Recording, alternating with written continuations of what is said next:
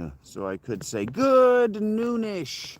YouTube, good afternoon, good evening, good night, whenever, wherever you are. I hope this finds you well.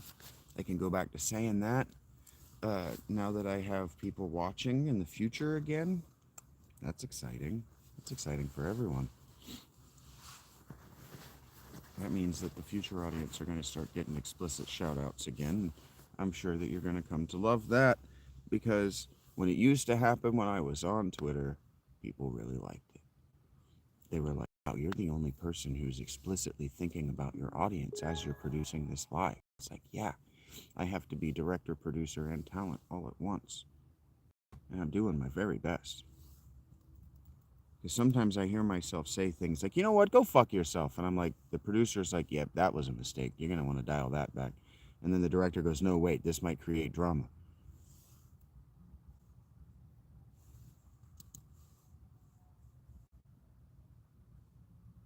So I've got these fucking angel and demon guys on my shoulder, but one of them is sitting in a director's chair, and he's got that big fucking cone thing, and he's got a cool hat and like an ascot, you know, and the other is a guy in a stuffy jacket, like suit and tie.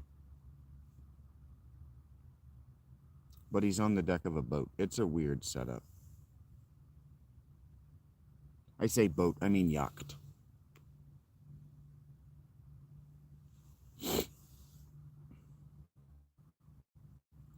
Anyway, today we're going to do what we always do in this spot now that we're doing this every day.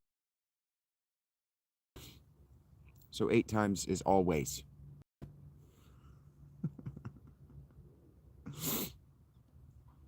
Anyway, I'm connecting to the internet because I'm going to go to my Patreon and I'm going to read something to you that I have written in the past. But today, it's going to be a little bit different. I'm not going to begin at Leaf. I would like to read for you 2 essays. It might take me some time to find them. The second one, because I don't remember what the word is. But I would like to read for you 2 essays that I wrote back in the day when I was trying to organize this so you could read it from oldest to newest, and you could have everything that you needed to be critical of my work moving forward. I think I called it Exegesis. I did! Haha! Okay, so if you go to my work, this one seems to still be free. Yep, I released it a day early for members, but it seems to still be free. That was a move that I used to do. I used to set my stuff up so that the people who were buying got it early, so they could talk about it to get people who hadn't bought to come and watch it, and that didn't fucking work either. But I wrote this in May the 28th of 2024. It's called Exegesis, Exegesis. S. The last letter is an S, not an X. Exegesis. No, not exogesis. Like the god, but out. Okay, you haven't missed anything yet, Rachie. I have been filibustering until I saw your dumb name. All right. I titled it Exegesis, no, not Exogesis, in 7 easy steps. So you can search for it by Exegesis. It might even be the only thing that I've titled with Jesus in the name. Anyway, May 28th, 2024. At the time, I was the Shaggy Dog philosopher, so that may or may not be interesting to you. Oh, and remind me, Rachel, that I wanted to send you a gift after the show. Quoting now from myself, as we expand from what we want to do and creating for ourselves a philosophy of the internet age, we will have to ask how we will learn what we want to keep. How will we examine what we have inherited for the funeral pyre of failed ideas past? It's been brought to my attention that even as I am wading through the information of the past for what we can make work for us, I am doing something which already has a name and already has an established tradition. Exegesis. As a word, The Greek means something like to lead out of, but what it is interpretation. Exegesis is the technique of reading out information from a text. Its counterpart and opposite is called eisegesis, and it means eisegesis, eisegesis, and it means reading information into a text. Eisegesis is to critical thinking as epistemology is to knowing, working backward from gnosis to proof. That's damning, by the way. Somebody remind me that I want to read my essay on epistemology. Please, someone remind me just the word epistemology. epistemology.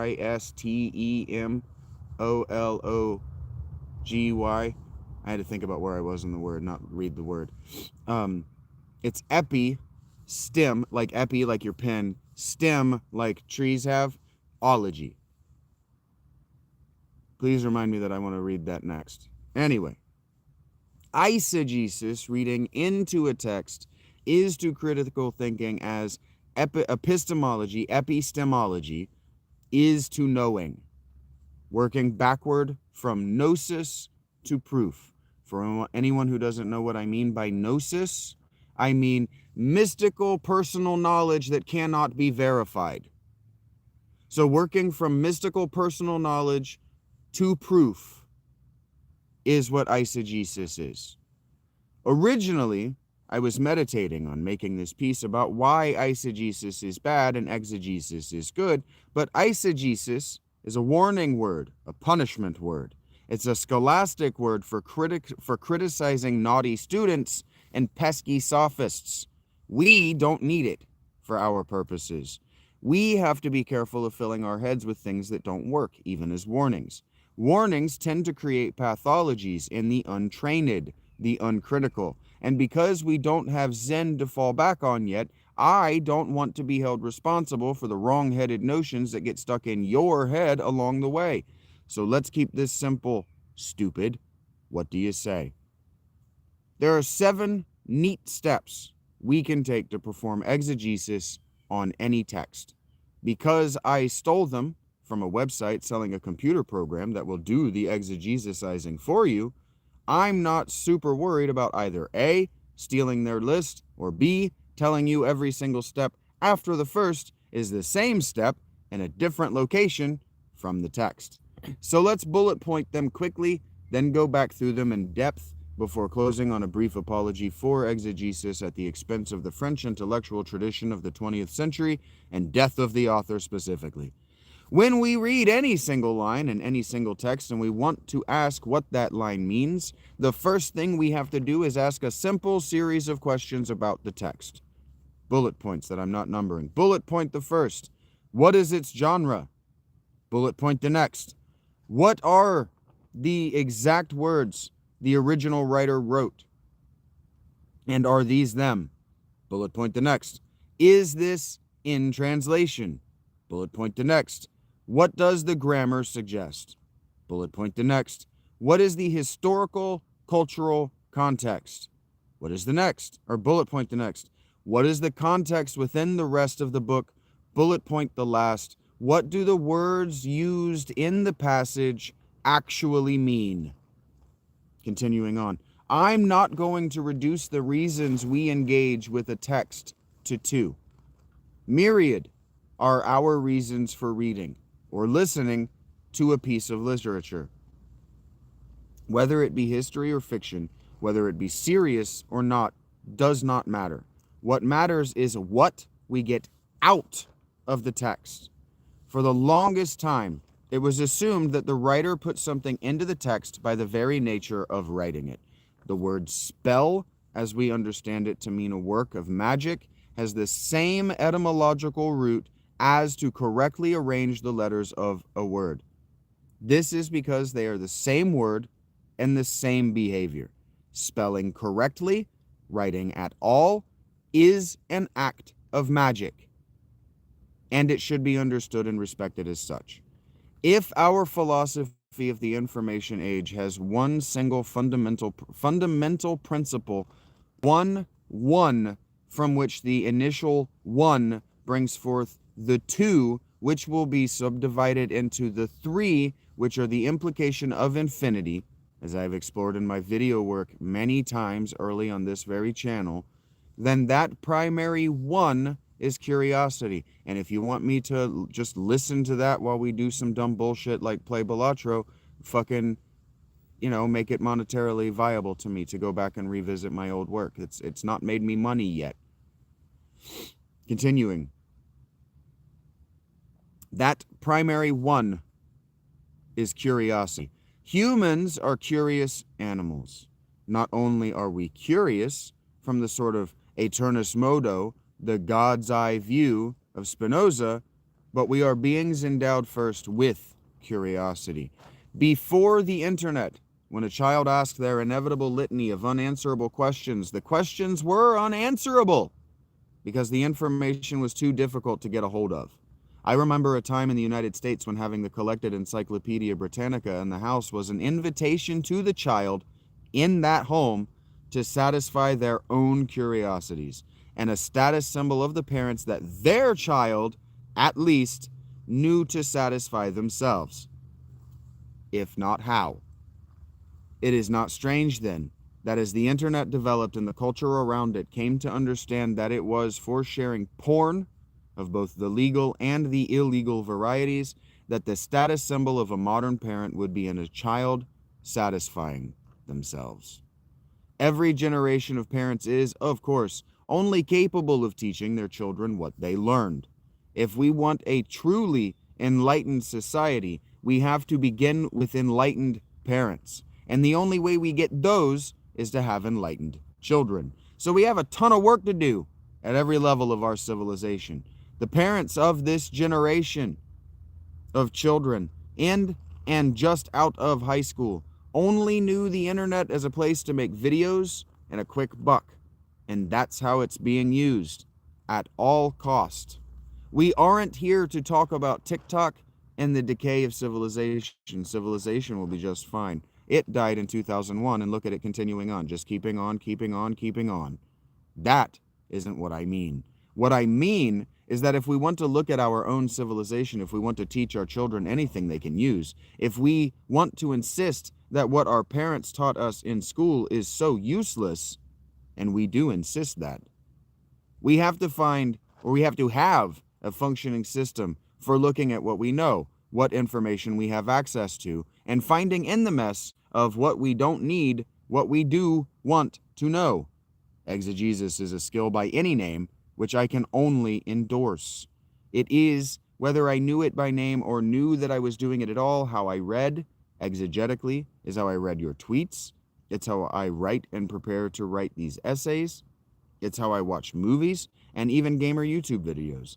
I would be lying to you and doing you a disservice if I did not say somewhere up front that this is my default mode of perception and critically thinking about everything, even my own thoughts. So let's get back to it. Bullet point the first. What is a genre?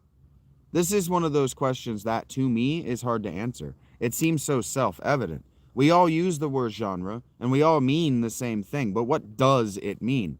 Yet again, we encounter slippery language that originates in the 19th century. Genre is the French word for gender, and what I suppose it means is the way the tropes will develop into maturity by the end, which isn't actually all that fiddly as 19th century literary language goes. So I'm good with keeping this self-evident to the reader. When we know what we're reading, we have to ask our second question. Bullet point the next. Are these the exact words the author wrote? This seems irrelevant in the modern world because, yes, usually people are publishing the exact words that they wrote. We aren't usually doing biblical reading when we're reading anymore, and most of us aren't reading antique literature. I want to pause here because I sat and I fucking did the thing that I do, or it's called eavesdropping. I eavesdropped on this pair of women having book club while they were waiting on their friend to show up, and their friend's always fucking late for everything. So the woman brought 4 books. That's a joke. That's a joke. I'm categorizing their relationship entirely wrong. She went to the thrift store, and her friend, the one that arrived second, she arrived second of the three. She arrived second because she had just gone thrifting. On her way up, she had stopped at all the thrift stores and picked up all the Nora Roberts and I'm just going to say all the Nora Roberts books that she could find. And she sits down and she says, "Hey, I brought you some of these. I know you're collecting them. I don't know if you've read these or not. I've only read 2 of them, so if you haven't read them, I want them back." And then they sat and talked about Nora Roberts for a minute. And this is where this paragraph is relevant. So I'm going to I'm going to read the paragraph over, and then I'm going to tell you the relevant information from this story about these 2 women. This seems irrelevant in the modern world, exegesis, because, yes, usually people are publishing the exact words that they wrote. We aren't usually doing biblical critical reading when we're reading anymore, and most of us aren't reading antique literature. Nora Roberts counts as antique literature. She counts because she was a huge deal before time, right? And so they started talking, and the woman who sat down with the book, she goes, "I don't know how it's possible. The last 3 years, or I guess since COVID, she's published 2 books a year. I can't even keep up with her anymore. She's publishing so many books every year. I don't know that she's writing all of them." And I'm just sitting there thinking to myself, oh yeah, they're ghost written. Her books have been written by committee for a decade or more, ever since she stopped being famous, ever since she stopped selling all of the books. That's why she stopped selling all of the books, is because one of her books had a dip in sales and she said, "All right, ghostwriters, I'm out." That exegetical skill is necessary. It's actually relevant to these women. They're sitting down and going, "I don't know, the voicing doesn't seem the same." Well, that's exactly how we arrived at realizing that the Torah, the Pentateuch, the first 5 books of the Bible, were definitely written by different authors. The voicing's not the same. And so the bullet point are these the exact words the author wrote? And it's important because if the only words the author wrote in the context of ghostwriting were the outline, for example, Dragon Ball Super was only written as an outline by Akira Toriyama. He didn't write those words. You see what I'm saying? This is a skill that matters. It allows you to critically judge this work like Super. You can separate yourself from Akira Toriyama, and you can look at what remains of Akira Toriyama in the work. And that makes watching a thing that you know you're not going to like because Akira Toriyama didn't write it, and you don't exactly like this guy's art direction, and you don't exactly like his writing style. It gives you a question to ask of it. How much Akira Toriyama is in this? For example, like what we're doing with the Final Fantasies. Continuing on now. If we're online, we're reading contemporary literature. If we're reading literature at all. Some of us are reading antique philosophy to impress one another or to flesh out our understanding of our favorite artist exegetically. But for the most part, we're reading the news and we're reading our friends' posts. But we are aware that AI is generating more and more literature. And exegesis will help us identify what is AI generated and what isn't. For example, I'm not calling anybody out, but I know there is at least one person in my channel who lets an AI talk to me with their profile to teach the AI about me. And I can tell the difference because their diction is completely different. That's a good way to sell it to the modern world. But you can easily tell the difference in AI and human diction just by just knowing how diction is used.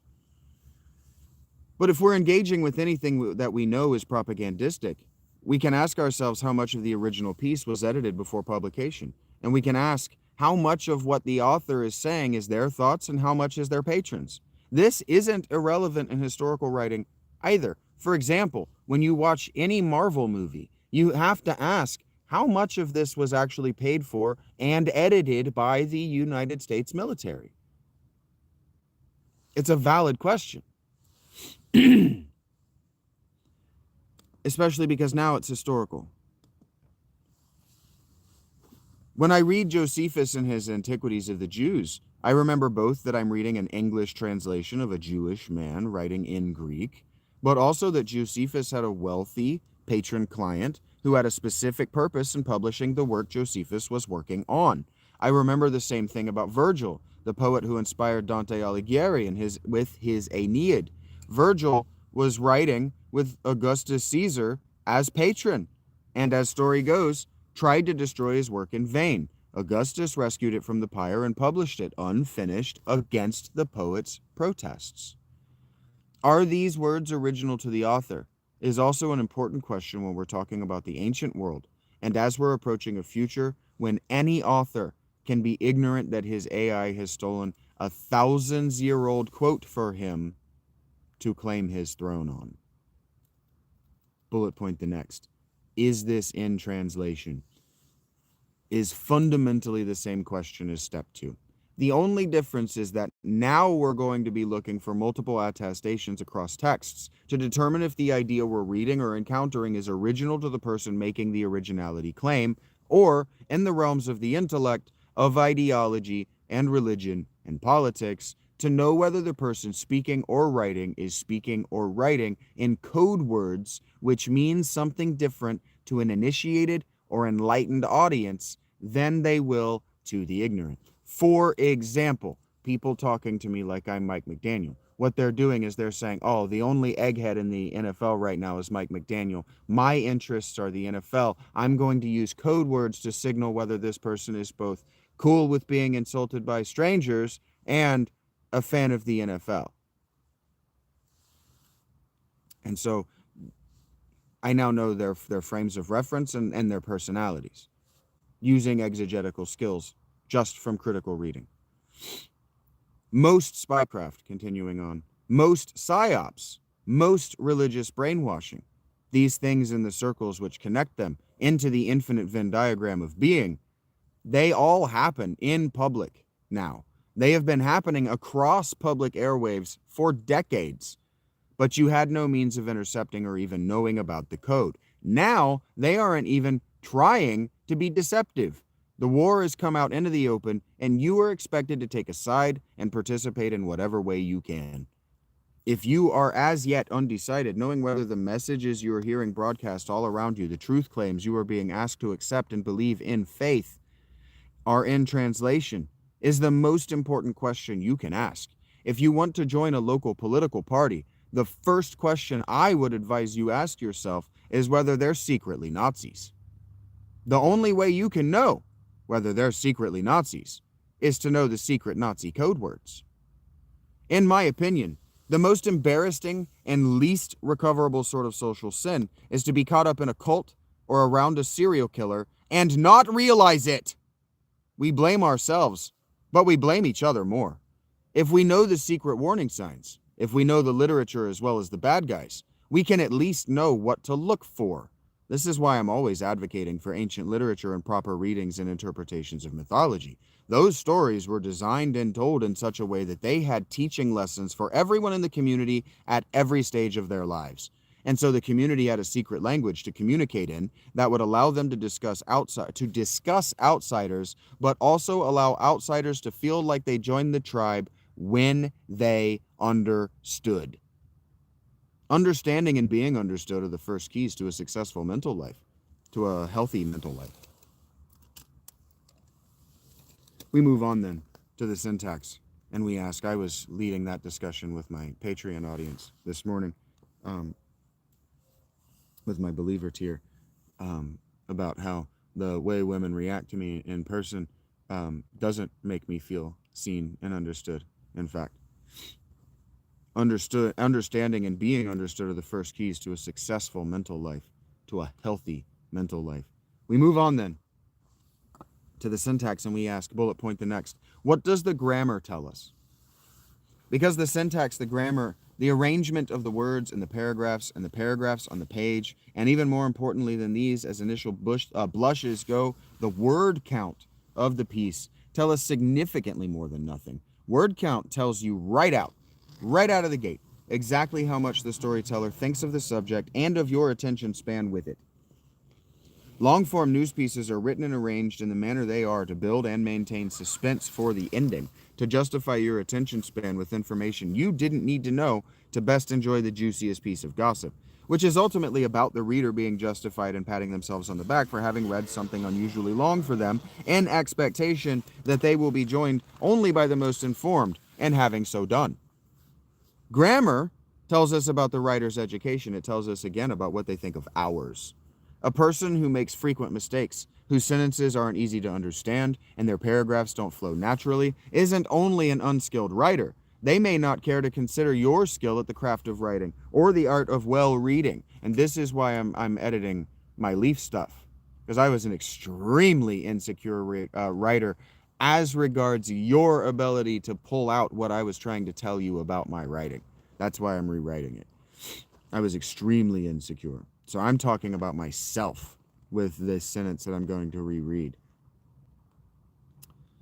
A person who makes frequent mistakes, whose sentences aren't easy to understand and their paragraphs don't flow naturally, isn't only an unskilled writer.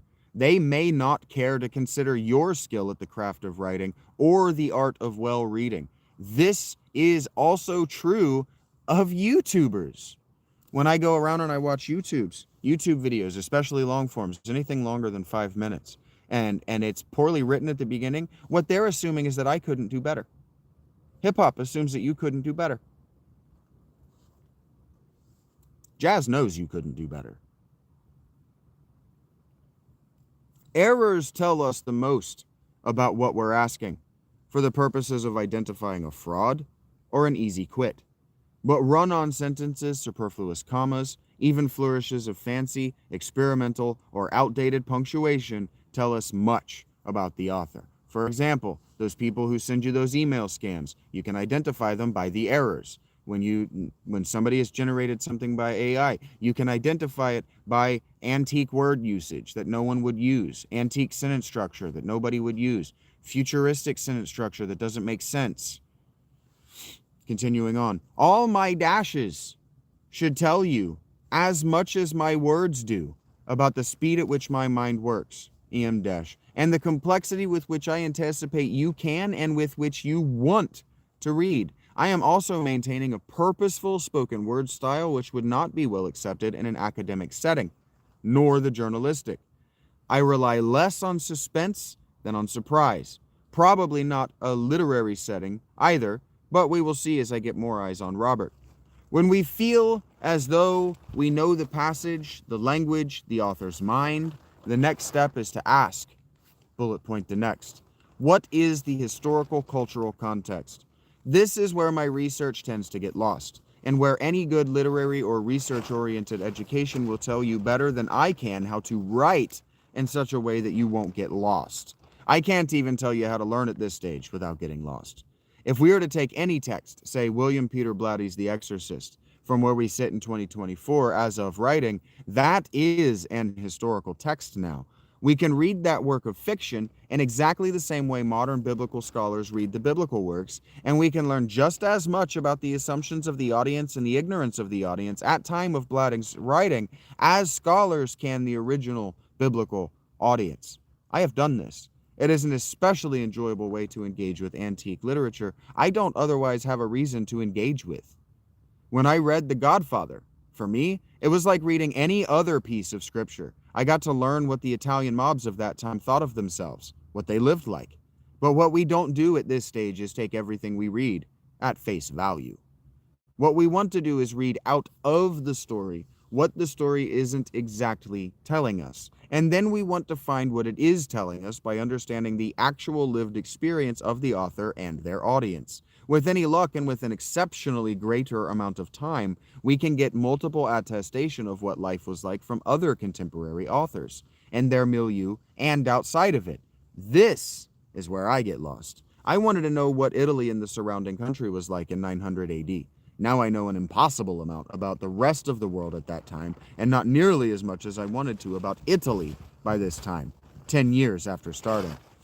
This is where maybe I need to introduce an idea we can expound on later this week as we continue to explore what it means to learn and how to do it.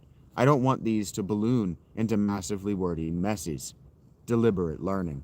Asking a question and chasing the answer until we can find it, or we find that we can't find it yet.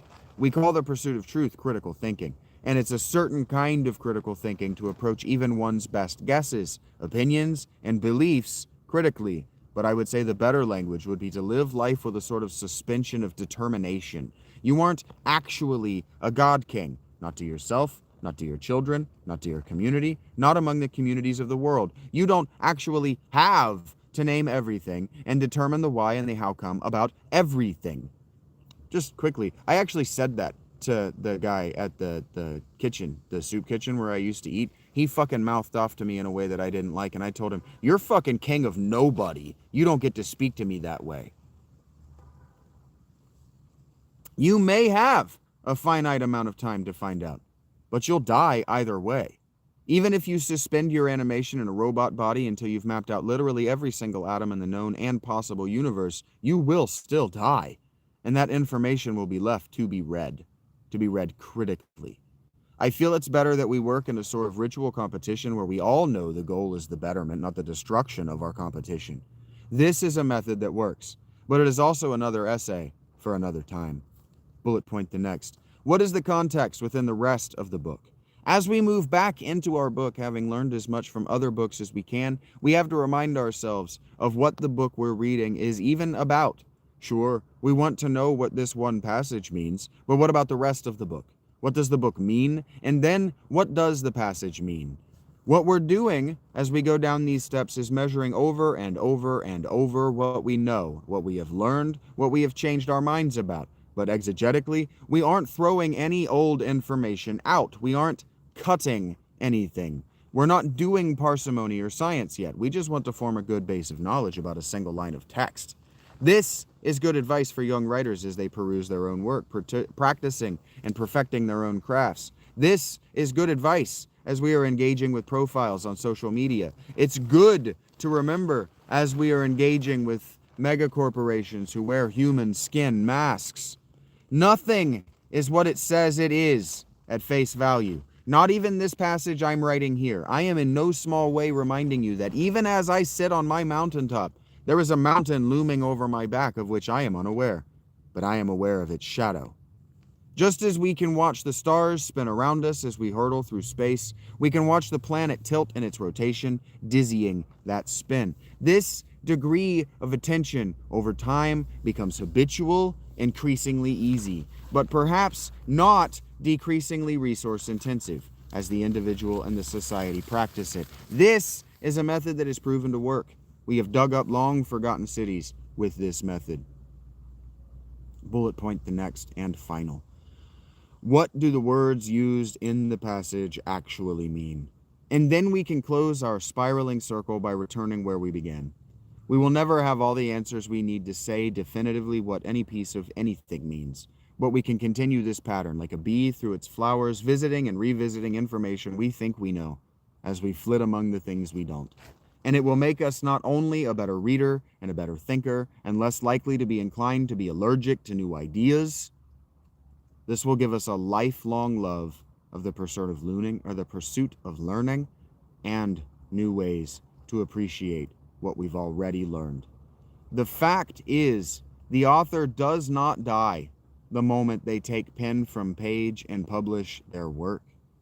They become undying. Experience the divine in dialogue with the long alive. I dare you.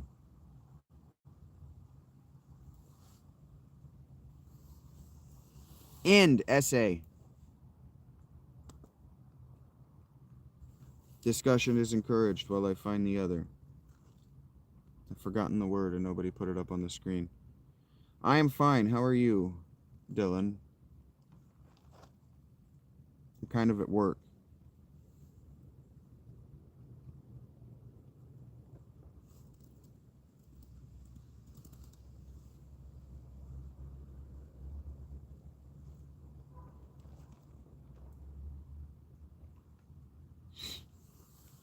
Epistemology. All right, if that's all that we want, if we want to wait for epistemology to talk about, this might be a later essay. I don't know, but I don't remember when that one was from. May 24, almost April of 24. This one is from July 7th of 2024. I titled it Epistemology. in a neat numbered list. July 7th, 2024. Author Vincent Kyle Dennis. Epistemology is the study of knowledge. Sort of. And only sort of. The word was invented in the 19th century, so to say that it has any ancient meaning within philosophy is to say nothing true. The philosopher who came up with it, James F. Ferrier, 1808 to 1864, not a terribly long life, no one you need to know, took the Ionic Greek word, epistastai, conflated it with the 19th century Greek word, episteme, slapped an ology at the end of it, and gave philosophy grads something to do with their time for 170 years or whatever it's been. Before we begin, if you're new to philosophy as a study, nothing done in the field after the 18th century matters. You don't have to read anything after Thomas Hobbes's Leviathan. He got everything so wrong, everything after him can only be wrong because everything after him is aping him. Because philosophy is all footnotes to Plato and Aristotle, they so thoroughly answered every question that philosophy would raise for more than 2,000 years, nothing after them until Plotinus would matter. Not unless you count Christianity as Neoplatonic. Then the Christians took the torch and ran with it until the 17th century or thereabouts. What are the Muslims? I hear you asking. They didn't contribute, not meaningfully. They translated and took credit. That's not contribution. So what do these words mean? Epistastai, epi, sta, stai, and episteme, episteme. Greek, like English, is an Indo-European language. Like all languages, as far as I can tell or am aware, its words are made up of syllables. Those syllables are usually simpler words, and added together, they make more complex words. The words are added together and you get sentences. In some way, this is called logic, but we'll be coming back to that soon enough. The syllables of the word are epistastai, on top of, stand. That's literally what the word means. Epistastai, on top of, stand. We translate it to mean know how to do, understand, but literally it means overstand, stand. Before we can even begin doing epistemology, we have to stop and ask what we understand about the very word. A school of thought, a worldview viewing system, the name of which does not even mean what it claims to do, cannot have any efficacy. But we aren't here to be pragmatists. We aren't searching after a meaningful epistemology so we can throw away what we have if we find the whole school lacking. There are too many philosophy majors, minors, grads, postgrads, and doctorates with nothing better to do than waste their time to throw out the school with the toilet water. If episteme means understanding, what epistemology does not mean and cannot be is the study of knowledge, the investigation into what we know and how we know it. Better if John James F. Ferrier had named it the study of certainty, what we can be certain about. The study of what we know is called science.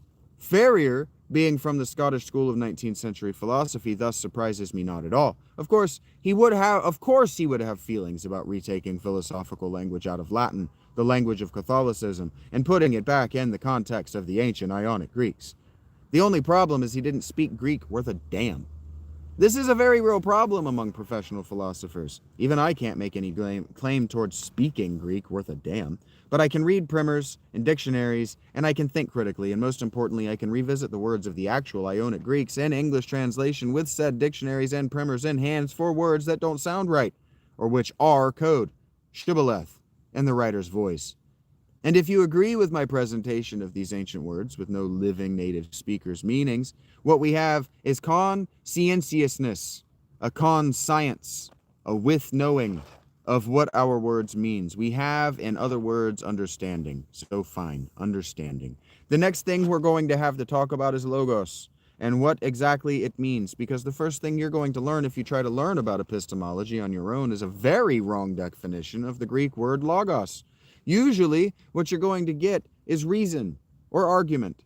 The Ionic Greek word for reason, as it stands to reason, is eulogos, or for what reason is charon. Eulogos means the same thing as eulogy, good words. Charon means nice or thanks, sort of how Eucharistos, Eucharist, means to give thanks. Basically, when you were asked in the ancient Greek world to explain yourself, you were expected to provide good words. but you weren't expected to explain yourself. This is a modern misconception of the ancient world. You weren't expected to have or use reason. You weren't expected to have reasons for what you did.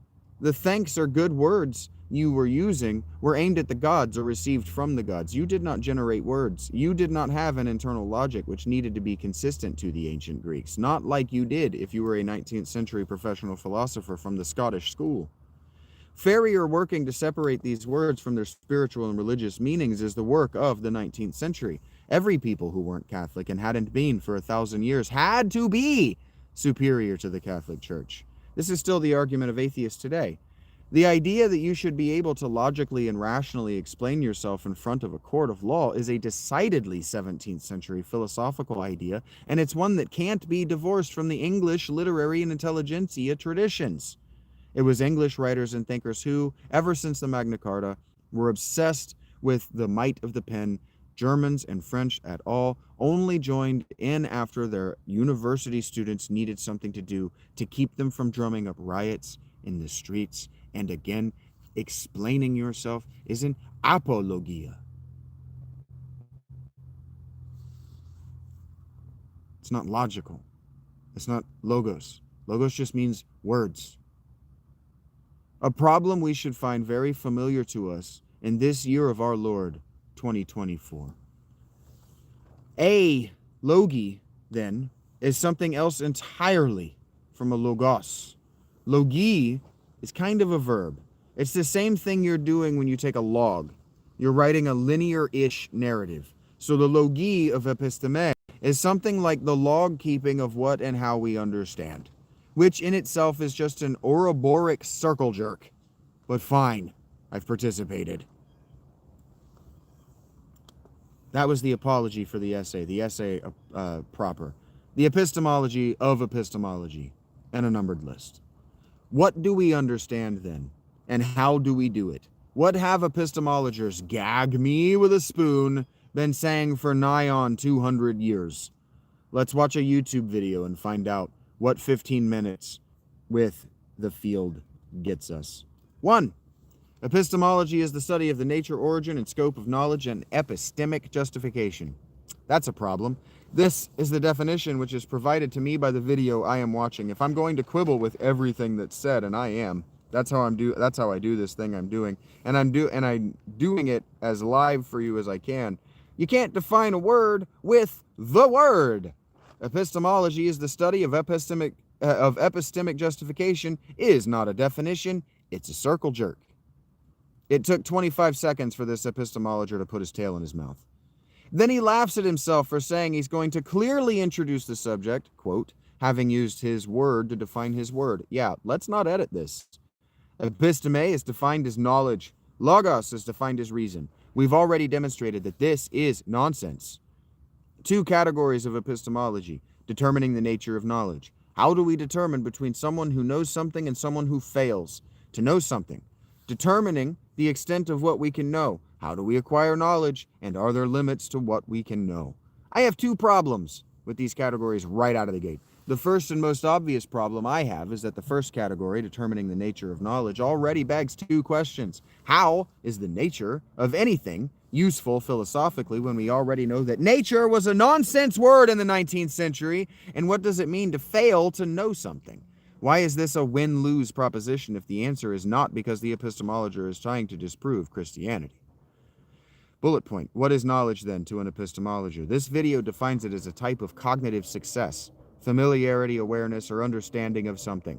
So basically, understanding a logical knowledge is understanding. We're defining ourselves with ourself again. Epistemology, then, is the argument that the self comes from the self and the self is God. Epistemology is the first mistake of the wizard, mistaking oneself for one's own creator. And why is it couched as success? It's not a win to be right. It's not a loss to be wrong. You aren't quantifiably or even qualifiably better than someone else because you grade better on a test of what you can memorize. Bullet point. Epistemological knowledge may include objects, skills, facts. Quotation here. Knowledge of objects, moving on. Knowledge of objects is defined as knowing by acquaintance. Knowledge of skills is defined as procedural knowledge or know-how. Knowledge of facts is defined as propositional knowledge, or know that. I'm sorry that I'm not more sorry, but this is such an incomplete set of categories, I don't even know where to begin. You should not try to memorize or internalize any of this. It is not actionable. The epistemologer wants to be talking in terms of orders of confirmation, first and second order first and second order observation. But Ferrier and the rest of the school were lost in an echo chamber and didn't know science already had better language for this, because the Scottish school, as William James writes in The Variety of Religious Experience, was lost in its own colon, and by 1906 had been for some time. When the epistemologer talks about knowledge, what he means is that what he can be certain about. He says, I can't be certain of objects, as he calls them, because I am only hearing about them from other people. We call this objectivity. Do I know that New York exists? Is the thought experiment here, and it can suck a whole fat dick. And if you look for a definition of objectivity, you're going to be told that it's the quality of being objective. Again, you can't define a word with itself. I know what suffixes mean, dictionary.com. Being objective means being impartial. That means that you take the epistemologically objective approach to what you know about it and remain agnostic, open to any possibility vis-a-vis truth. But this, likewise, is already a philosophical school. Its name is just Latin, so I guess it doesn't count. Skepticism is the position that you don't and can't have any certainty about any claim. Epistemological knowledge, then, is the approach to everything that an enlightened despot has to have of his court and cabinet. It's not useful for you and me. Skills and facts here in this nomenclature are just not useful. You can't know every skill there is to know, nor can you sort through which skills are useful to know. Anyway, a high degree of skill is forgetting more than you readily know. Read that again. Anyway, a high degree of skill is forgetting more than you readily know. And facts are still a nonsense word. It can be a fact that my socks are white, but what does knowing that net you? You can't get to meaning through epistemology. Why are we doing philosophy if we aren't circling the drain of meaning? Bullet point. The video goes to a nonsense equation for how knowledge works. Parenthetical. Again, we're not talking about knowledge, we're still talking about understanding, and parenthetical. A typical 18th century circle jerk activity, making equations for cognitive processes. In his way, Isaac Newton ruined everything. Gottfried Leibniz did less than nothing to help. Bullet point the next. They go on to say that there are 6 possible ways to get knowledge, because by the 19th century, philosophers in the English language tradition were full-on competing with Buddhism and the Vedas. Madame Blavatsky will run roughshod over this century very soon after Ferrier's death, if not during his twilight years. Those ways are perception, introspection, memory, testimony, reason. I have no legitimate reason to quibble with those, beyond their imitation of the 6 paths of Buddhism. The 6 paths of Buddhist cosmology, the Deva, world of the gods, Asura, world of warlike demigods, Manushya, world of human beings, Tiryagyoni, the world of animals, Preta, the world of hungry ghosts, and Naraka, the world of hell. I wouldn't argue that these 6 things are one-to-one parallels because I don't think epistemologers are that clever. The 6 paths are an elaborate metaphor for consciousness as it is experienced. The 6 means of getting knowledge are just that. There are probably more. Memory and introspection were conflated in Plato. Perception is a superposition of all others. Reason and introspection are the same things. Really, there are 2 ways. Someone can tell you, or you can figure it out for yourself. If you're a young Carl Jung, wanting to make a name for yourself fewer than 100 years after all this nonsense, you say that no, knowledge, all of it comes from God, and we are that God. Bullet point. Epistemologers count Kant as among their number. He wrote before Ferrier, so I don't know how they know Kant was an epistemologer. I'll just take their word for it and throw them all the way in the trash when I'm done. Their argument is that Kant broke knowledge down to 2 categories, a priori and a posteriori. knowledge prior to experience and knowledge following experience. What Kant is trying to do is reinvent Plato with Aristotle in his mind. What Kant is doing is being a dickhead, a characteristic trait for him and Rousseau and their whole century. They always use the bachelor's example for a priori knowledge. I know that bachelors are unmarried because the word bachelor means an unmarried man. If I can know what things are because I know what their words mean, epistemologers, why doesn't epistemology mean what it means? Bullet point. The video goes on to tell you that philosophers themselves break down into two camps, rationalists and empiricists. What they mean is they break into two schools, Platonic and Aristotelian. Rationalism is actually the opposite of rational. It's entirely ideological and is best called in the modern world idealism or even ideologicalism. Empiricism is just called science today. When you hear Marxists, especially Marxists who are allied with Muslims, talk about colonialism and capitalism, what they are damning is empiricism for asking questions about their ideologies they can't answer.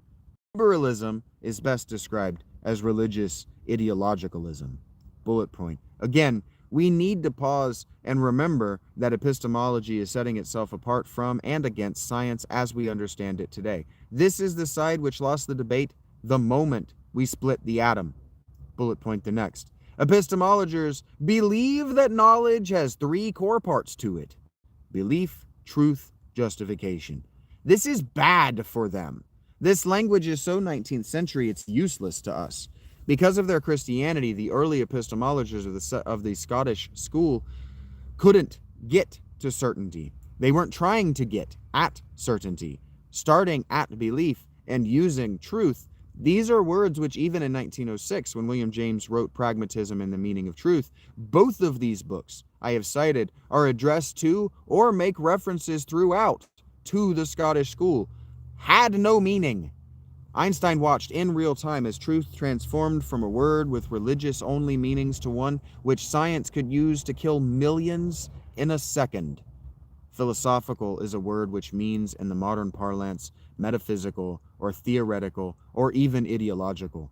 Because in the 19th and 20th century, when the average English-speaking male was abreast of what philosophers and scientists and epistemologists could publish, truth was a proposition which could only be arrived at in death.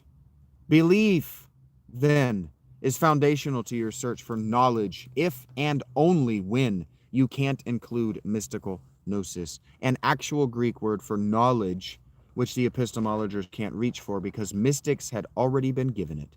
This is why Aleister Crowley would have no problem taking the word for himself and some of his churches. But because epistemology is setting itself apart from, but in competition with, the rules of science, they have to disregard all mystical knowledge. So much of what they are rejecting in Christianity was arrived at mystically, experientially, a mystic would say.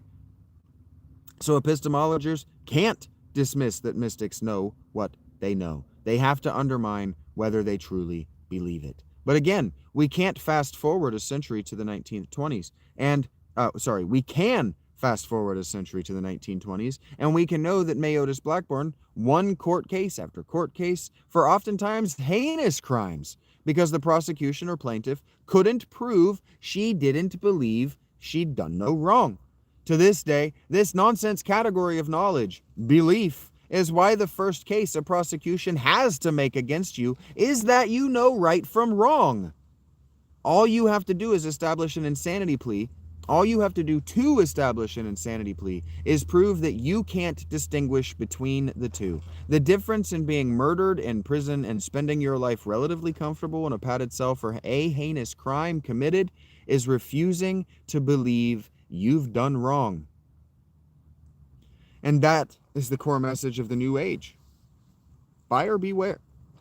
In the video, in articulating the category of belief, he said you have to know the sky is blue by believing it's true that the sky is blue. Truth and belief can't be separate categories if the one flows upward by mechanism of the other. You get to truth by verifying your beliefs. So you use truth to get to truth. They couldn't even change the words? Prophelicity uses veracity. You couldn't have said you use truth propositions to get at veracity claims, epistemology? Later epistemologists even discredit that truth can get to knowledge, saying that you can get to knowledge through luck without testing the veracity of your truth claims. So even epistemologists know you can't use a mechanism to get at a mechanism. A lathe doesn't get you a milled product, and vice versa. Epistemic luck is how epistemologists accept mystical knowing or gnosis into their system. They have to open a back door and call it luck. Luck is another name for fortune, and fortune is another name for grace. So by the grace of God were you right. That's just, well, it's stupid. Justification is how epistemology is able to incorporate science. They say only knowledge arrived at in the right way is true knowledge. The problem with this is that the epistemologer is working backward. Science works because it works from falsification. Epistemology is working from having had the right idea because you believed it to proving the right idea. This is always and only a bad way to work toward a truth claim. This is why we don't do physics as epistemology. We do it as science. This is why we don't say words mean what we feel like they should mean. We have dictionaries and linguists. Edmund Gettler, an epistemologer who was, as of the publishing of that video, still alive, full-on accepts that mystical gnosis is valid verifications of truth claims. He's working backward from right to proof. This is Islam. This is a dead end. He even has a whole case named after him, proving that justified true belief is somehow not true knowledge. The Gettier case. It relies on a frozen clock. In summary, if we stopped working, and I didn't know it stopped working, if a clock, stopped working, and I didn't know it stopped working, and I read it at a factor of 12 hours later, I would read that it is correct time and make decisions appropriately. This is absolutely not how this case is portrayed in the video. The video makes some silly claims about truth that are useless to you. If you walked by at any other time, you would then have false knowledge and make decisions accordingly, which would have unplanned consequences. Planned and unplanned consequences aren't part of the process for knowledge. Epistemologists don't care about actionability. They aren't concerned with your ability to make decisions with epistemic knowledge. They're worried about verifying truth claims. The idea here is the same one you'll see in horror movies. The known and unknown unknowns of the truth claims the clock is making, because somehow a clock face is making truth claims and you have no other information in the environment or in your head about what time it should be. Put you in a position to be out of alignment with God in some way. When the clock dies at 3 o'clock on the dot, that means something happened at 3 o'clock on the dot and the clock wanted you to know about it. What could also be true is that the clock did stop working at 3 and it's just not a big deal. Sometimes the power goes out when you're asleep. You walk by the clock and see the numbers blinking, a problem a still living philosopher should have incorporated into his case by now. And you know that you don't know what time it is. That not knowing isn't somehow a spiritual upheaval that leaves you grasping at the dark night of your soul for a God who doesn't love you anymore, and isn't come to save you from knowing how long ago the power went out, but not when. That's absurd on its face. Bullet point. Before we throw epistemology out without having finished even half of the video, let's see what they have to say about justification. Justification has a nature and a structure. This is going to be dumb. The nature of justification breaks down into two schools, internalism and externalism. Look, if your school has this many subschools and if your system has this many subsystems, all you're doing is adding entropy to the systems. These two schools, again, are about working backward to proof. Internalism is the idea that the epistemologer can decide what's true within himself, and externalism is the idea that you can decide what's true from yourself with outside stimuli. You can tell that certain epistemologers were fans of Hobbes, and others were fans of Descartes. Again, we get a living philosopher, Alvin Goldman, who coined reliabilism, which, again, is rooted in belief. It's defined by a true belief counts as knowledge only if a reliable belief-forming process produces it. So again, an appeal to the scientific process, but fundamentally a working backward to truth rather than a cutting away with parsimony. Epistemology is exactly what I keep saying it is, pretending that medieval philosophy didn't happen. Keith Lehrer contradicts this by introducing aliens. And now we no longer have to wonder where alien implants came from. I'm not even going to bother you with his Mr. True Temp. You can look it up for yourself. Basically, he's trying to account for how animals know true north or where to fly for the winter. It's silly and ridiculous. Bullet point the next. The structure of justification breaks, again, into two schools. Foundationalism and coherentism. Coherentism, the theory that justification is a relation of mutual support among many beliefs. Fine, whatever. I hate that we're relying on belief. This is why the New Age and the UFO and Muslim crowds hold on to the possibility that you don't know so tightly. Knowledge isn't justified by belief. That's a castle on sand. Knowledge is justified by knowledge. That's a skyscraper. The video even acknowledges that coherentism can be wrong. It's based in circular logic. Yeah, no fucking kidding. Foundationalism, the theory that justification is a relation of mutual support among many beliefs. Again, fine, but you'd be better to justify your relations with knowledge than belief. He even uses the skyscraper metaphor for foundationalism. The video won't do it because this is the medieval declination, and epistemology pretends that medieval philosophy was so much counting the angels on the head of pins. But these things are called inductive reasoning and deductive reasoning among intelligent people. Epistemological skepticism is a thing, and it posits what the Greek skeptics did. Sorry, this is a further bullet point. That we can't know anything. It's the position that we do not know as much about anything as we think we do. Broadly, it's an appeal to the Dunning-Kruger effect. But what it is a losing proposition in a war that was lost in 1945. Epistemological skeptics claim for their founding prophet Pyrrho, a man credited with being the first philosophical skeptic. Great, wonderful. Sometime in the 1970s, while science hadn't coined the term scientific skepticism yet, that won't come until like the 2010s, and Stephen Nolla, epistemological skepticism was writing the literature hippies and New Age and Catholic demonologists like Ed Warren were reading and aping. Fucking fantastic! Bullet point.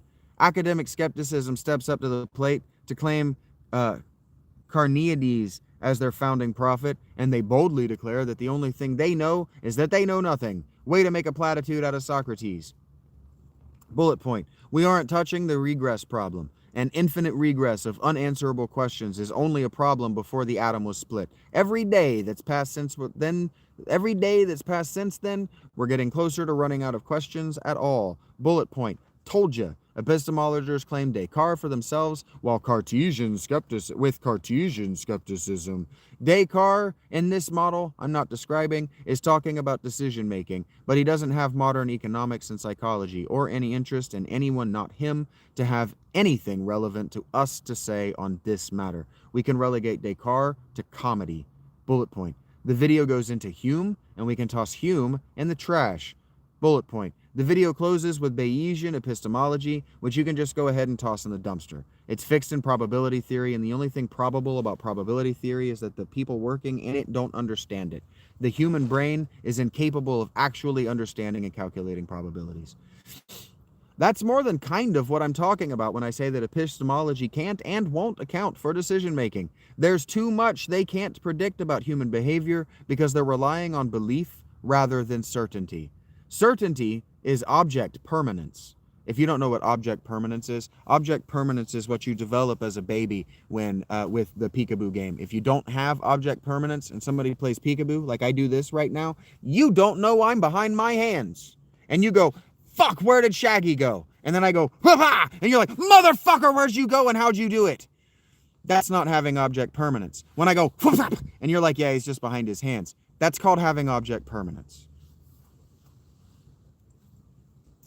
So when I say certainty is object permanence, That's where you can put a fucking tree between you and the horizon, and you fucking know the horizon is still there. Epistemology is 19th century rich people sitting around and imagining what it would be like to live in the 3rd century BCE, telling themselves that Hobbes' state of nature can't possibly be correct, because look at how sophisticated these thinkers were. Yeah, the early philosophers weren't any more sophisticated than modern ones were. The early philosophers weren't any more sophisticated than modern ones are. Before 1945, they all had the same data available to them and the same inclination to believe that poor people aren't human. Kant didn't need to be pushed in the direction of believing non-whites weren't human. Rousseau didn't need to be pushed in the direction that women and children aren't human. They worked backward from their belief to proof. This is called bias. And there are 500,000 bias functions in the brain which are designed to work backward from what you believe to decision making without input from the frontal lobe and prefrontal cortexes. Prefrontal cortex. Epistemology is an appeal to shutting off your prefrontal cortex. Shutting off the prefrontal cortex is a lobotomy. A lobotomy is to destroy what makes us human. Epistemology is mental retardation. Ingest it at your own risk. And that ends my essay on epistemology. I have 2 footnotes here. I don't know where they're from. The first is, Ionic Greek is the Greek that was spoken in the ancient world by Plato and his cohort. It's more complex than that, but that's what you need to know. And the second is, emphasis here is my own, because I had been using italics for quotations throughout. Oh, and you know what I didn't do? I actually didn't post yesterday's. I was so tired at the end of it. I didn't even post it to Patreon. So, lucky you get, what's happening here? Why is there we go. You get something, YouTube audience, you actually get something that's not on the Patreon yet, because I didn't know what to title it. So, next is Leaf. Those were longer form works. This is maybe 20 minutes. Maybe not even that. All right, you ready? I didn't title this, so this is just Leaf's intro. This goes before everything else that you've experienced with Leaf already, if you're following along. Aren't you going to be here till fall? The giant asks. He has his back turned to the merchant, by all appearances more interested in cleaning or polishing whatever he's doing to his anvil. A hunk of metal as oversized as his smith's own near 8 feet. And the silence that meets the question, he looks over his shoulder back to the merchant, hovering near the steps up and out of the cavernous smithy. Juxtaposed with the furniture, even the steps themselves, all size for the giant, the merchant, a man of average height and weight, dressed in tired traveling clothes of no mean make, his beard gone over long and ragged, just stares up at the smith. Aren't you? The giant asks, eyes darting back and forth from the merchant and nothing to either side of him, like the answer is obvious, because it is. Well, of course, Leaf, Mr. Thunderfist, sir, the merchant almost stammers. Would you not prefer to get next year's commissions? Next year? I will get next year's work next year, the giant, Leaf Thunderfist, says. He turns to the smaller man leaning against his anvil and rubbing the soot smudging his cheeks into his beard. This is not the first time we've done this, tradesman. You have wintered in Nyson as long as I have been swinging a hammer. Yes, I know, Mr. Thunderfist. It's just that... The man looks away, turning the full 180 degrees to look at the door like he'd rather flee than say what comes next. It's just that, well, you see, the Inosai... I do not care, the giant says, his face quenching like an unfeeling steel statue. You should probably care, Leaf. Mr. Thunderfist, Just call me Leaf. The eye blind you, man. I've known you since I was just a boy, when I was too small to fit in the apron or lift the hammer. What is wrong with you? When the man visibly flinches like Leaf is going to strike him, the giant says, Ah, I see. You've spoken with my father? The man's eyes hit the floor like a lead weight in oil. Yes. And? What did he say? His word is effectively law. Leaf presses the man, crossing his massive arms over his barrel chest. He said, Leaf, that the Inosai are your problem. That the town remains compliant with their demands, pays their taxes, and supports supports us, Leaf. He said that if you want to stand outside that circle, and sir, I must be explicit with you. He said that if you want to stand outside the circle of his protection, sir, He said that your choices are your choices, Leaf, and that you can live or die by them. I'm sorry, sir. Leaf, you've got to understand. Leaf's eyebrows dart once more toward his hairline, and his mouth twists only briefly in I might have told you that, sneer. Then he shrugs and opens his arms like he's showing the man a table of wares to choose from. Do I? Of course, you don't have to do anything, the merchant says, eyeing Leaf's lats and the calluses of his palms. Calluses the man might estimate to be as deep as his own hand. Leaf. For a moment, the merchant's voice is appropriate to the scene. A man in his 50s scolding a boy of 18 years. Leaf, yes, you do. You do have got to understand it, all right? The Inosai are snuffing you out, all right? You're like a spark, you see? And the world is tender, Leaf. Not tender, you see, not liquid money, no. The world is bone-dry kindling, waiting for someone like you to set everything on fire. You got it? Do you get it? Can you please try to understand? Yeah, I've known you your whole life. I know what you are. I know how this town came to be, all right? I know all about your big boy sadness, and I... Get out. Leaf's voice is soft.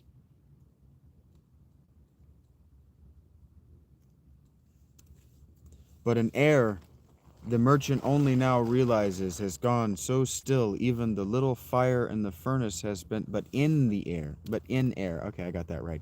But in air that he only now realizes has gone so still even the little fire in the furnace has been suffocated. It sounds like a hot chisel through steel. Leaf, don't make me tell you twice. The merchant takes a ragged breath, straightens his spine. Now you listen to me a second. Leaf is gritting his teeth so hard.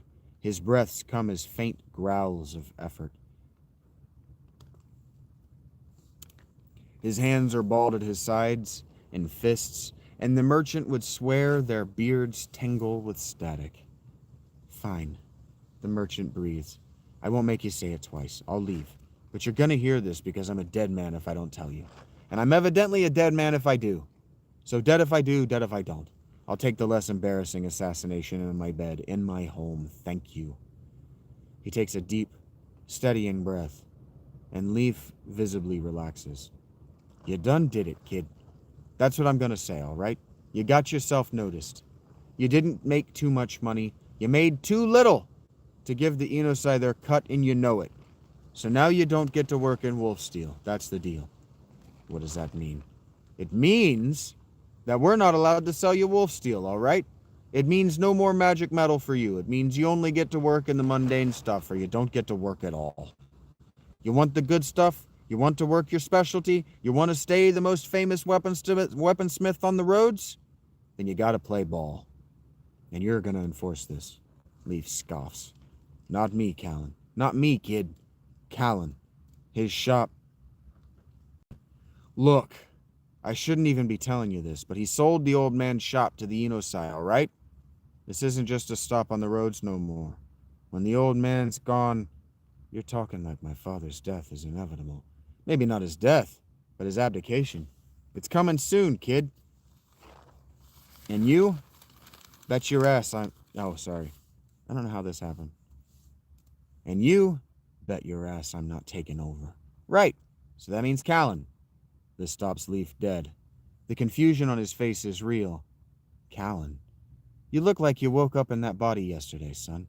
Don't call me that. Well, you do. You didn't know? Or What, you're too busy? Got your head down over your anvil, do you? Haven't noticed that Callan runs this town. Your dad just sits on that big chair? Well, maybe he had. Leaf thinks to himself. Maybe he had. It didn't affect me. And that's where you're wrong, kid. It affects everyone. Everything that happens in this world. It's all ripples and ponds we can't see, and you're the biggest stone in town. So what's going to happen is you're going to do what the Enosai want, or next year when I leave, there's no commission. I'm trying to get your work now while I still can. Just get out, Leaf says. Just go. I said I wouldn't make you say it again, kid. I am sorry, the merchant says, turning and climbing the first step. Not from here. From here. Get out of Nyson before you get caught up in something you don't want to be. The merchant stops at the top step, looks over his shoulder at the young man. Leaf is turned to his anvil, but the merchant knows he isn't exactly looking at it. You're not going to do anything stupid, are you? I like you, kid. Nothing anything different than I ever do. Leaf stares to the room. He doesn't know how much time passes before he hears the door close. He isn't listening. So that's how it is. He asks the sleeping smithy. So I guess I've got, 3 months? Get through the winter and then... what? Start over, I guess. Work in steel somewhere else. Maybe I... But the thought stops itself. Tools are tools. No matter whether they're used on men or meal. Men or a meal. He sighs. Starting over again. Feels like all I've ever done is start over. He takes a deep breath, rolls his neck on his shoulders. Time to clean up the shop for the winter and go get something to eat. Time for the inevitable. 15 minutes. God damn, I'm a good writer. I said, let me give you 15-minute scenes so you can just bang, bang, bang. Get in, get out. Do your day, enjoy a story. Bang, bang, bang. Let's fucking go. And fuck if I'm not that consistent. All right, I'm done praising myself. It's your turn. I'm going to turn this around while I take a piss.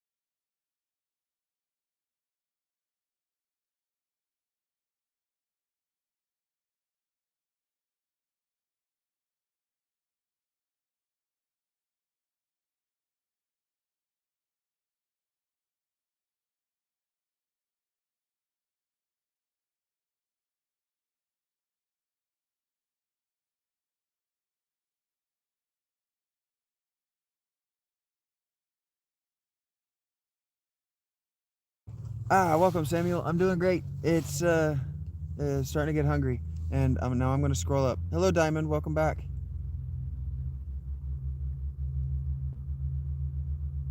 Well, the channel, Diamond, is about me, sweetheart. The channel is about whatever I'm doing right now, creatively, artistically.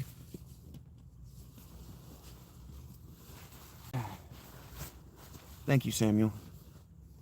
You like that, Rachie? That was what I did with my day yesterday. That is entirely original. I have been dreaming about and thinking about that scene for almost 2 decades of my life now. And I've never written it because I didn't know how to write politics. I didn't know how to write drama. I didn't know how to. I didn't know how to. I didn't know how to do world building and dialogue. I just didn't know how. I wasn't good enough yet. So I sat out and I did it yesterday.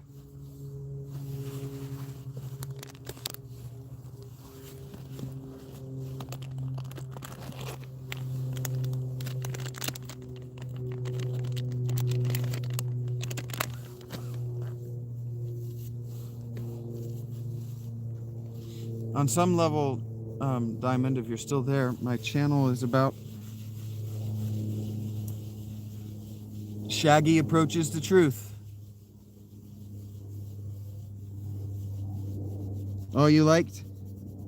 You liked how Leaf's physical presence had a guy who even knew him, just the consequence of what he was about to say, had him breaking up. We were talking about that. Oh, the stammering. Yeah, I might have a stutter. I might have a speech impediment. I might have let it out there for a second just to give you the reality of the thing.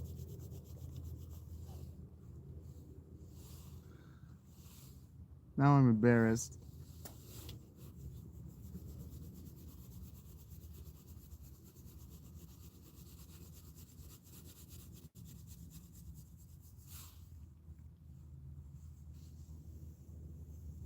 I know.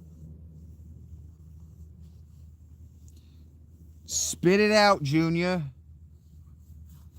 I never got stuck like that. That's not the kind of stutter I've got. But I identified that I had a speech impediment of a sort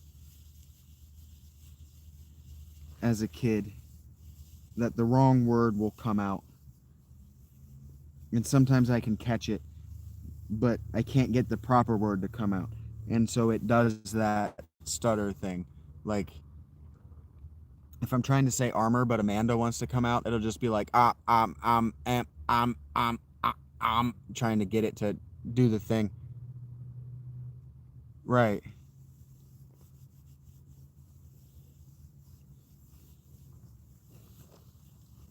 And so I can remember in kindergarten through third grade, when I went to the AG, the academically gifted classes, was at the same, they pulled us out of regular class to go to the AG class.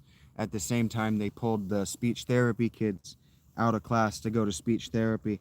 And so what I would do is I was walking back to class, is I would break apart from the AG kids. I didn't have any friends in the AG kids, but I had a friend who was in speech therapy, and so I used to ask him about what he'd learned.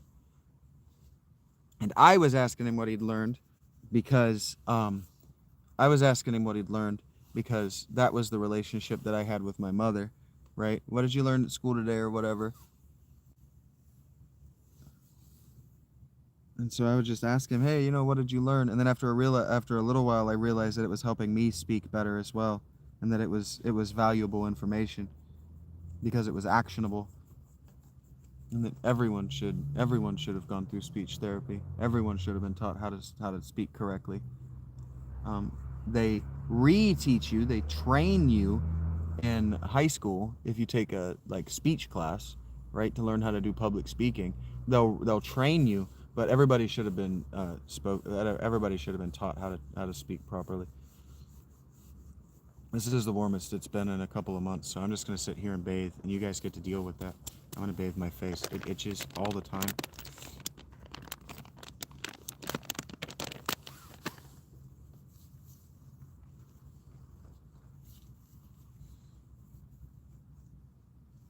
Yeah, I didn't actually enjoy the academically gifted classes. I actually tanked my own future in 5th grade. Yeah, 5th grade, because I was tired of hanging out and being associated with the AG kids. All the friends that I made were never.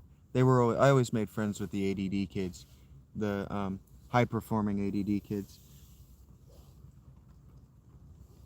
Intelligent, but poor, and so not socialized the same as the middle class kids and the preps. So have to be sedated in order to integrate into the classroom. But because they're sedated, they don't perform well on tests. They find it difficult to actually learn the material.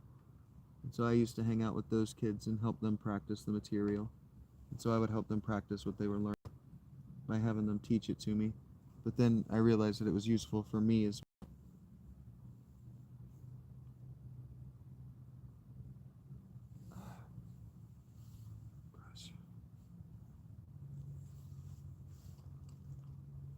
And so that's one of the, like, in my, I think it's I made a video, I think it's called like 5 steps for learning or something like that. Something to that effect. I don't remember what it's called.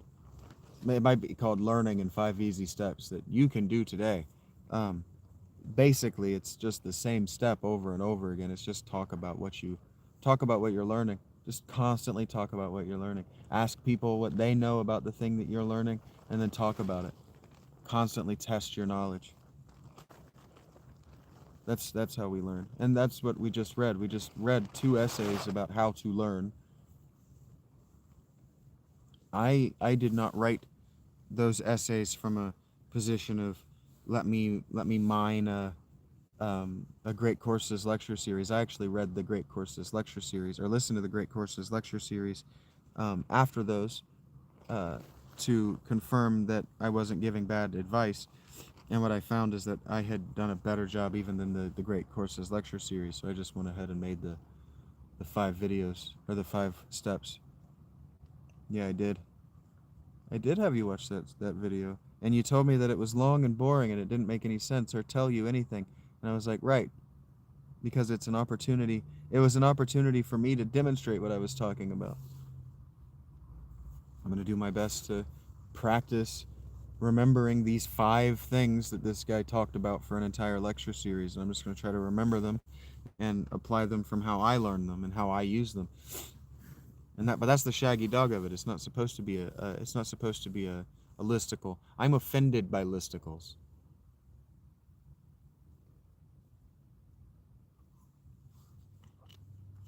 Listicles are I have a word count deadline and I can divide this up.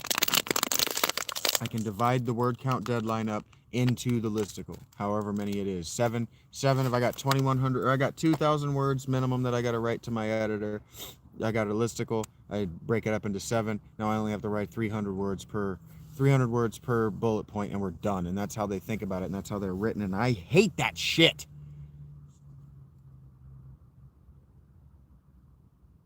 Yeah, I know. You said that you watched it for a really long time, and it took me a really long time to get to step 2. I go through all 5 steps because I can remember getting on step 4 and going, I don't remember what step 4 is, so I'm going to start my goodbye and then remembering what step 5 is right at the end.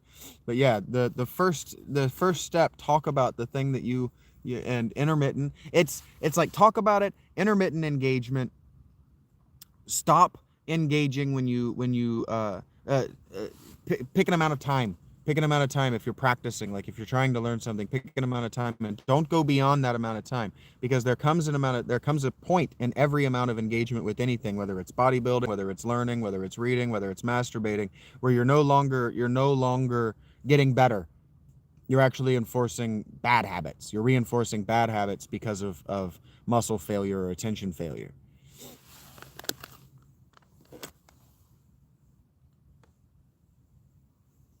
Like when you're learning guitar and you're tearing the calluses up on your fingers, you're going to start to learn bad habits to avoid the pain of your calluses, that if you just engaged intermittently, meaning took breaks, and breaks to allow the thing to heal, you won't develop those calluses. I'm sorry, you won't develop those bad habits. Repetition, and intermittent engagement.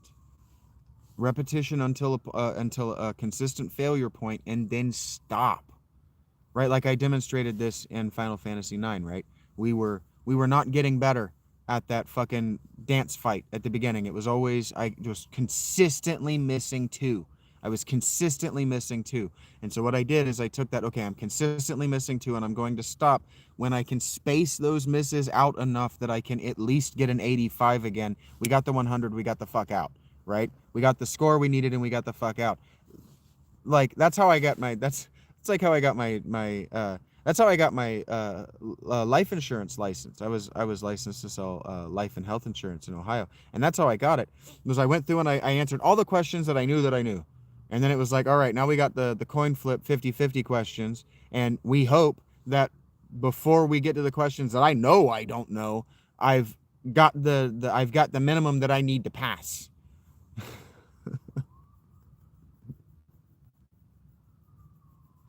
That's how I was taught to take tests. And it works. I think I had to get a 67 and I got a 69, something like that. I did not want to learn that information. I did not want to learn it. I ended up quit that job because they didn't want me to learn the information. They didn't want me to know it inside out. They wanted me to memorize a script and sell people things that were disadvantageous to them, and I wasn't willing to do it. I was just absolutely not willing to sell people a product that was lesser than the one that they wanted, but made me more money. I couldn't do it. Just couldn't do it. Unwilling. All right, I'm hungry. I need to write. My batteries are all charged. My emotional and psychic battery is charged. That means that the countdown, everything is, I don't know if you noticed, but everything is melting. I have water here in the tent, so it's going to get warm just enough for everything to melt and flood, and then it's going to get cold again for a few days, and then it's going to be spring. Probably early. It's probably going to do the spring thing earlier than I would like. So I love how when I say that, like, it's time for me to go. I'm going to start working on the goodbye thing. People actually leave. It's like I'm going to be saying goodbye for the next half hour.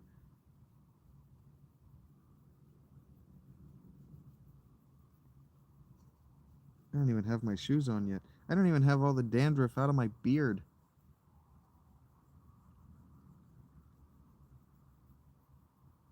Maybe it makes me soft, but I don't love this.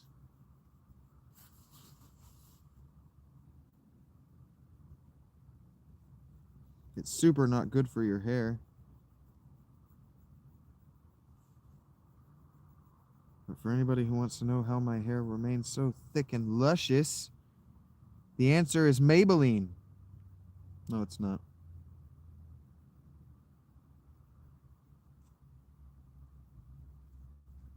The answer is herbal essences, obviously. Sandal weather? I will be when I get a new pair of sandals. I'm not putting those back on my feet. It's probably sandal weather now. If it stays like this, I would actually prefer to transition to sandals over my shoes. So thank you for asking. And thanking you for giving me a goal to work toward. What am I fucking... How does it go? I haven't watched it in weeks. Da-la-da-la-da-la. I'm the motherfucking D-O-double-G. I'm the motherfucking... My hair is not on point right now. It is very dirty and all clumped together. I either need to cut it off or I need actual running water. Actually, you know what?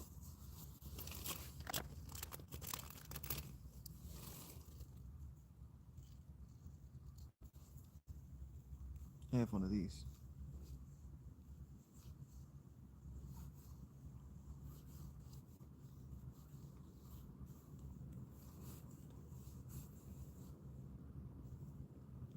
I should take this off too. I'll take the beard off when I know it's not going to freeze again. Horrible. That feels just the fucking worst. I actually think I have a beard comb in my backpack still. That was the one vanity item I took with me from Kat. She bought me this random fucking beard comb and beard oil just a couple of weeks before she kicked me out. I was like, well, I'm fucking keeping this. I don't know who you want me to be attractive for, but okay. My hair is soup's dirty. Look how fucking greasy that nasty shit is. Oh, and the whole fucking allergic to my hair thing, that's a real condition with a name, evidently. I learned that from Tammy's video about me.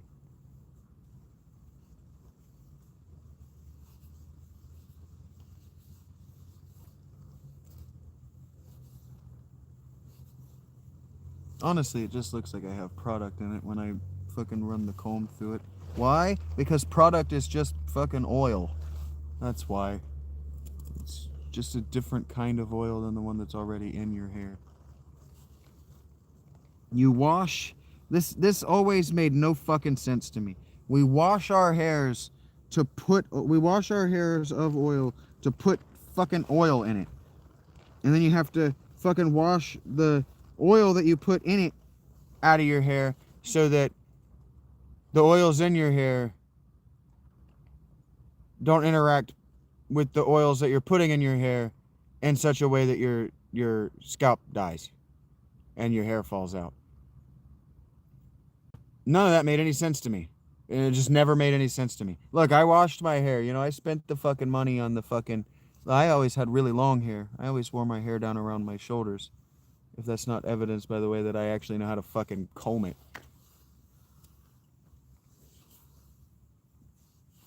I just never... I'm gonna take the brush with me. It's going in the backpack. I'm gonna fucking do this. I'm gonna go live, and I'm gonna feather it out like that under my fucking... Look at that shit. I look like a fucking professional hit this shit. Boom. All I need is a little bit of a blow dryer to give it some fucking body. Boom, look at that. Right there, first date shit. You wouldn't even know. You wouldn't even know I haven't taken a shower in fucking 16 months. Boom, I'm gonna walk into the Panera like this. I'm gonna whip my hat off. I'm gonna do a little... I'm gonna go get my drink. And I'm gonna watch that girl have an actual orgasm right there. You think I'm joking. The brush just went into my bag. She's gonna fucking squirt right there in her pants.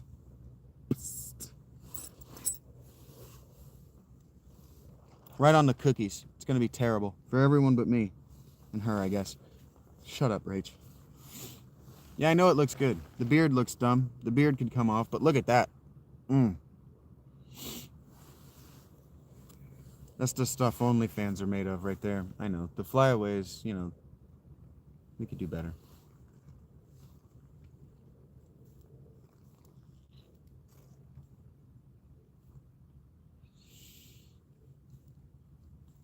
Stalking?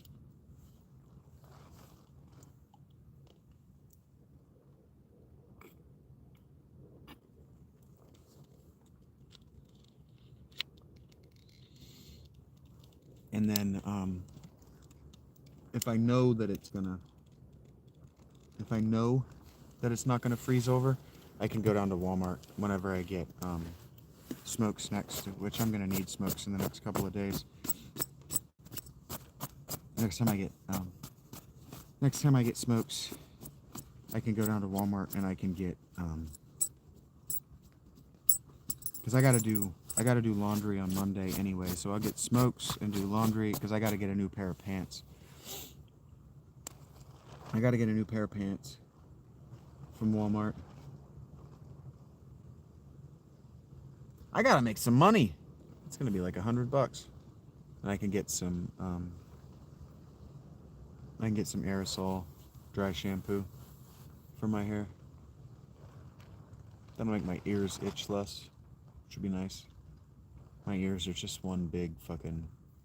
It's not really a rash. Just breakout. It's horrible. Itches like a motherfucker. What girl's gonna want to kiss you on the neck when you got all these sores?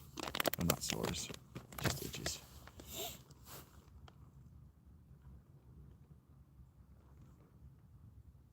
But I think I did a pretty good job this winter keeping it off of my face. No breakouts on my face. And no alopecia. My beard is no bald spots. I was thinking about that yesterday. I don't have any big hurtful bald spots anywhere. This is just how it grows in. Nothing? What are you nothing? What are you nothing? Nothinging. Nothinging. That's hard to say. Indeed. I need a bead. I need a bead. Tie it off right here. Put some beads in it. Okay, like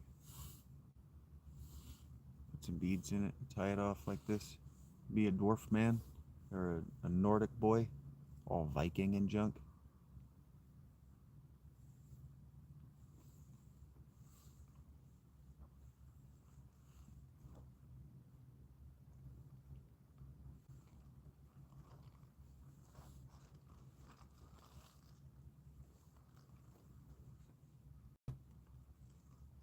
Yeah, I got enough oil actually on my fingers from my hair that this might work.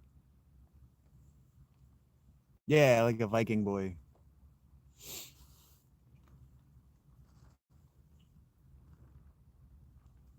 Turn my mustaches out.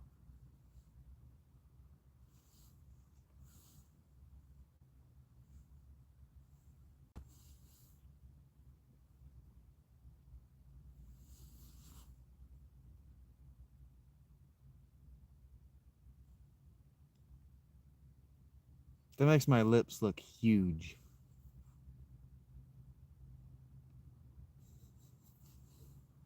I know.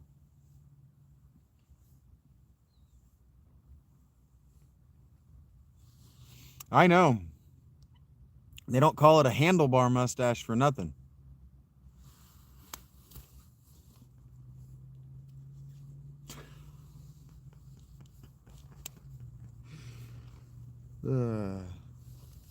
I gotta tone it back. I don't want anybody falling in love with me who hasn't already.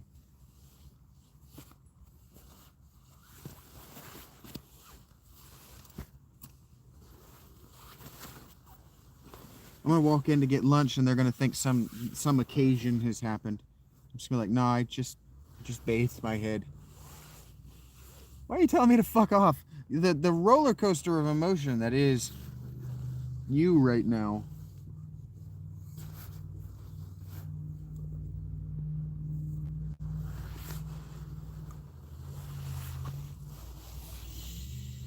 But don't worry, my balls still stink. I didn't wash my balls. I won't put you through that.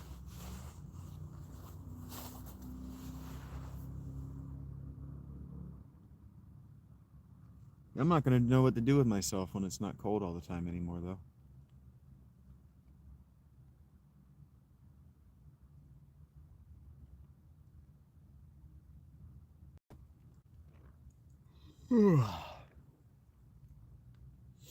All right, Rach. I guess if it's just me and you, it's time to go. Yeah, thank you.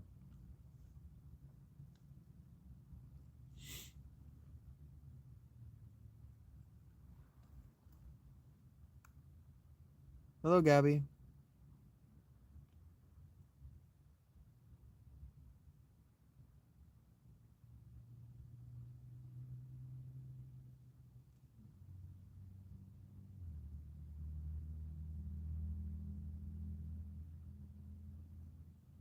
No, I don't know what that means.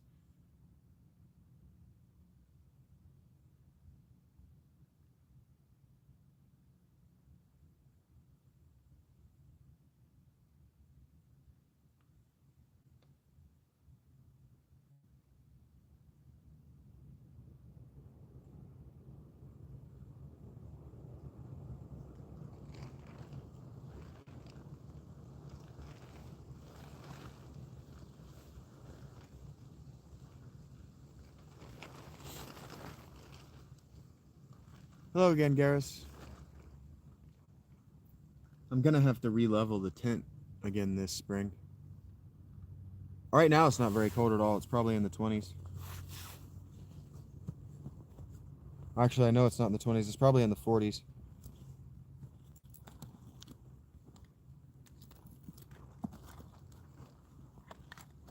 It was colder earlier this morning, but it's not very cold anymore. Not that bad.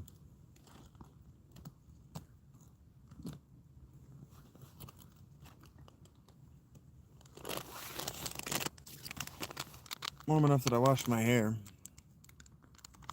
Okay, Rachie. Drive safe.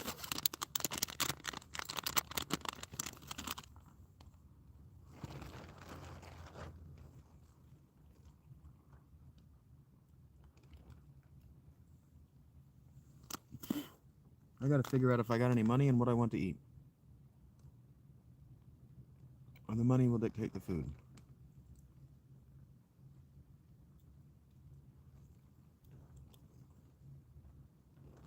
And then once eaten, I will work on leaf.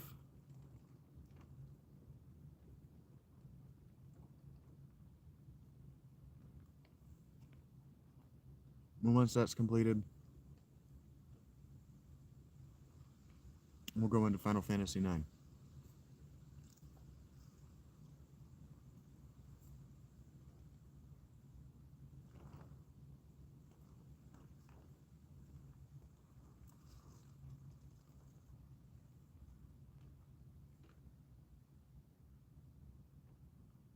I don't know. I was kind of thinking of going into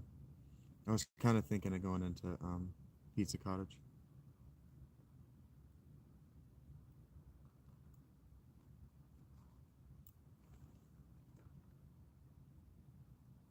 That's the most expensive, but it has a table that I can open leaf on, and I can at least act like I'm doing it.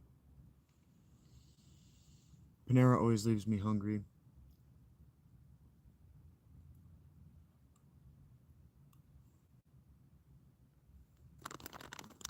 And it's a less than 50-50 proposition that I'm going to cook all of my chicken fingers at Wingstop, so...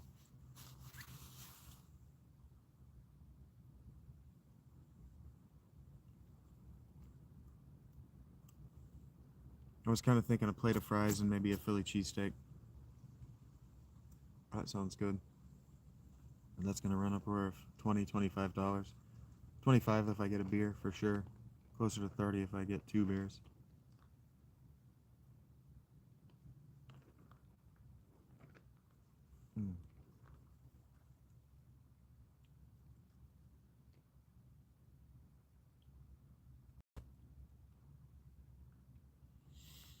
But I think I paid off all of my debt, so if I wanted to, I could just take out another line of credit and eat on that.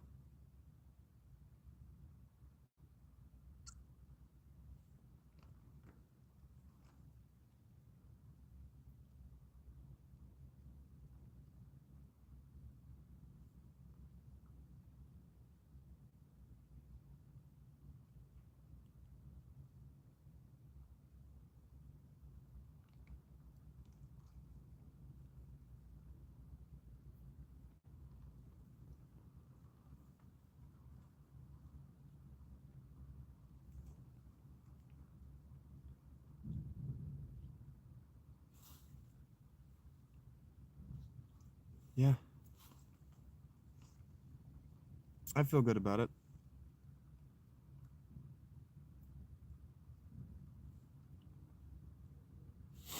And then with any luck and a little bit of hard work, I should be able to get the remaining $40 I need to close out this month with a $100 paycheck from YouTube.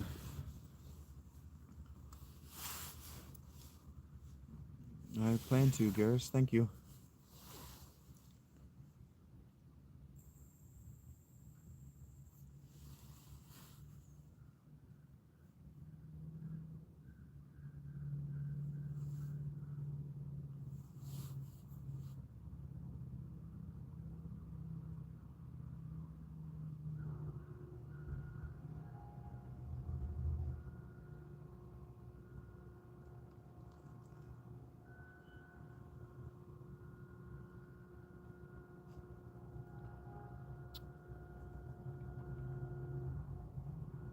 All right, dudes and dudettes, thank you for being here. I'm going to go ahead and get off of the... Yeah, I'm going to get off. I'm going to jerk off real quick. Authors I recommend, I guess it depends on what you want to read, but Edward W. Robertson is my favorite author of fiction.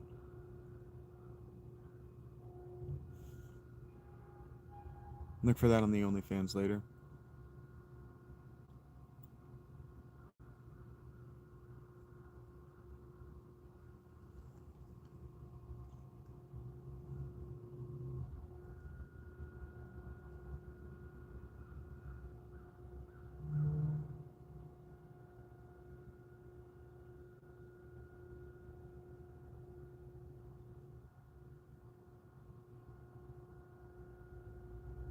Bye bye.